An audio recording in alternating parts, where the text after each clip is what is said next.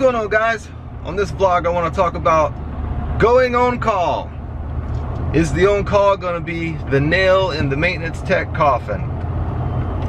I've been getting a lot of comments and emails from guys saying, man, I'm leaving because of the on call. And on call is a close second, right behind unappreciated. And some people are asking for examples of unappreciation. I'll give an example of a story I heard. A guy installs a new air handler and a condenser, you know, took him about 5 or 6 hours, and he comes into the office and says, all right, they're good to go, blowing cool. You know, he saved them $3,000 or $4,000 by installing this condenser and air handler. And someone in the office goes, oh, that's great, but these notices over here have been sitting here all afternoon. When are you going to put them out? Geez, what are you doing? So that's what I mean by unappreciated. Any kind of attitude towards someone who's working hard, that's unappreciation. So, but back to the on call. A lot of guys are leaving because of the on call. And you know, I know we gotta have it and stuff, but a lot of guys are saying, you know, if I go back in the HVAC, I know what kind of calls I'm gonna get. I'm gonna get no cooling calls. If I go into plumbing, I'm gonna get plumbing calls. And if I go into electrical, I'm gonna get electrical calls. So you know what you're getting into. And you know, they're not going to be getting the, oh, a waterfall just formed in my living room at 2 o'clock in the morning, or there's a roach in my bathtub. All right, it's 3:30 in the morning. Why are you letting me know there's a roach in your bathtub? So, you know, doors kicked in, floods, weird, strange calls that are not emergencies. I mean, people just get tired of that, and it runs them off. So, is on call going to be the nail in the coffin? I mean, who knows? So I want to talk about that. I want to get these videos out there, and you guys can leave your ideas in the comments to maybe let managers know, like, what would help out, what would make you stay, because people are leaving in droves, man. People are leaving in droves. Awesome technicians because of the on call. The incentive for going on call needs to be worth the time. A lot of successful companies that I've spoken with, and they have a lot of successful technicians. That's what they do, you know. The incentive for going on call is so good that it's worth it. You know, some of them kick $100 or even $200 just to be on call. So if you don't get a call, you kind of put your life on hold for a week going on call. So if you don't get a call, so you put your life on hold for free. I mean, that's kind of messed up. So kicking $100 or more, that's what successful companies do. And the good technicians stay around. So there's an idea for you managers, if you're watching. Make the incentive worth the time. If I put my life on hold for a week and I don't get a call, so I did all that for free? Or what if I got calls but didn't have to come out? I don't get paid for taking, you know, fielding the calls and remedying the situation because I didn't come out. So make the incentive worth it. That's an idea for you managers out there. And you know, you get some of these managers and higher up saying, well, you know, the military and first responders, if you don't stop comparing a maintenance man on call to emergency responders and the military, I'm gonna just flip out. I'm tired of hearing that. You know, those guys get benefits, and you know, military, you can get a free college education. Comparing that to a $16 an hour maintenance technician job, y'all need to quit. That's enough of that. That's kind of offensive. You know, they get pensions and these awesome benefits. So stop doing that, all you managers and higher ups who like to compare maintenance to emergency responders and military. What really helps and will cut the unnecessary calls and the unnecessary drama down is a set of standards, a piece of paper or something that the residents can magnet onto their refrigerator. A set of standards, when to call, what constitutes an emergency. That will just cut the drama down and make your good technicians stay. Because that's why a lot of guys are leaving. They're just like, man, it's just all, you know, all night, unnecessary calls. Where's my package? I got a roach in my bathtub. Somebody's making noise. They're just taking that all night. for a week solid.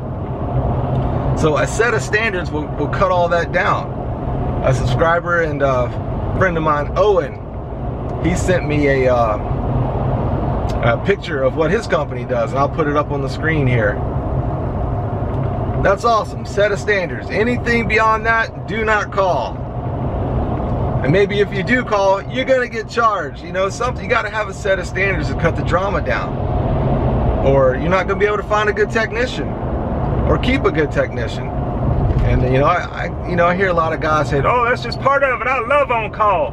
You know, that's just part of the job. Get the on call." Well, that's great for you, man. But a lot of guys don't have your values. You know, a lot of guys' values are family, you know, and they know they can't go back in time and watch their son's first home run or first soccer goal or, you know, daughter's ballet. They know they can't go relive those moments. So a lot of people's values aren't your values. So, you know, don't throw that around like you're a big shot. Oh, I love on call. I liked on call too when I was in my 20s and wasn't married and didn't have kids. I didn't mind on call. Shoot, I'd go to parties, get a call, go handle the call, come back to the party. But now that I'm older with a family, on call is, you know, gets under my skin sometimes. I mean, I'm human, I'm not perfect. I try to keep a good attitude about things, but I'm not perfect. And that on call, some of this on call mess is running a lot of good guys off. You know, they go to HVAC and plumbing and stuff, and they know what they're going to be getting when they're on call. And they always say, "Hey, I don't get a lot of calls because the rate's so high."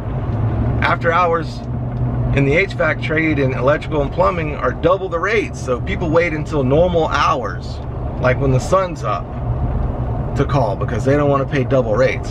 Well, in apartment maintenance, they don't pay. You know, it's in their rent. You know, the service is in their rent, but they don't have to pay anything. So they just call about everything.